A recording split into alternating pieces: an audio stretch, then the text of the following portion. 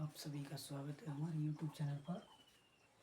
कल हमने पढ़ा था बाबर का जन्म कैसे हुआ और बाबर ने कैसा अपना साम्राज्य विस्तार किया, और आज हम पढ़ेंगे मुगल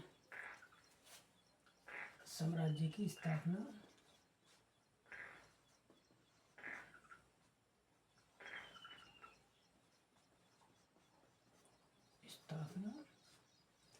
और कल हमने इससे पहले की डिटेल जानी थी और आज हम आगे का टॉपिक पढ़ेंगे। जो बाबर था उसने किस तरह भारत पर आकर आक्रमण किया और किस किसने उसका साथ दिया। इसमें मुगल साम्राज्य की स्थापना अप्रैल 1526 ईस्वी को इब्राहिम लोदी और बाबर के बीच पानीपत के युद्ध के बाद हुई थी। मुगल वंश की स्थापना हो गई। अतः इसमें पानीपत के युद्ध के लिए निमंत्रण भेजा गया था।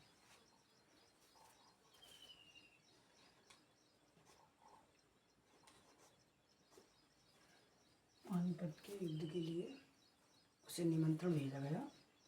मेवाड़ के एक राजा थे राणा सांगा।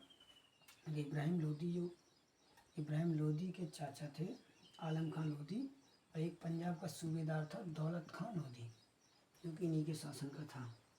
बाबर की जब इन दोनों में, इब्राहिम लोदी और बाबर में, मतलब जब बाबर ने आक्रमण किया तो युद्ध होना तय था। तो ये राणा सांगा और इब्राहिम लोदी और दौलत खान लोदी ने उन्हें सारी व्यवस्था बता दी कि इनके पास इतने घोड़े हैं, इनके पास इतनी सेना है, लगभग इतनी चीज़ें हैं।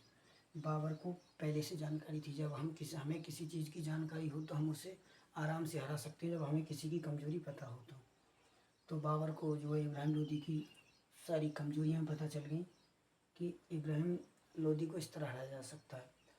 तो बाबर की जो सेना थी वो लगभग 15 से 20 हज़ार के आसपास थी, लेकिन बाबर पे एक चीज़ थी, 20 से 24 तोपें थीं। इब्राहिम लोदी की जो सेना थी, इब्राहिम लोदी की सेना 80 से लगभग 1 लाख की सेना थी, और 1000 हाथी भी थे उसके पास।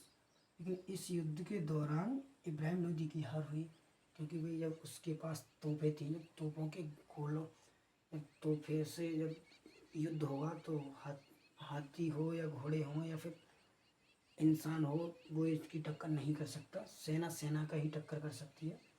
लेकिन बाबर जो था बहुत चालाक और शातिर था। जब उसे सारी जानकारी लग गई तो उसने तोपों से युद्ध करने की योजना बनाई, और इब्राहिम लोदी की जो सेना थी वो लगभग 80 से 1 लाख थी, फिर भी हार गई, और हाथी भी थे।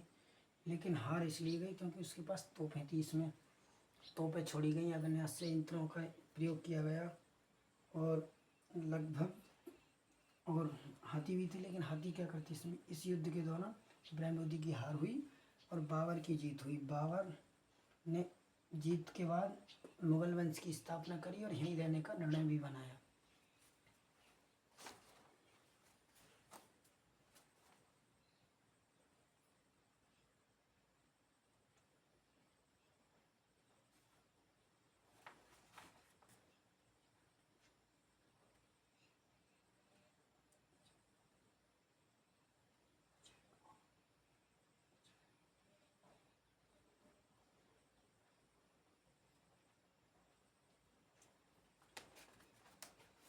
और इस युद्ध में बाबर ने तुगलमा नीति का उपयोग भी किया।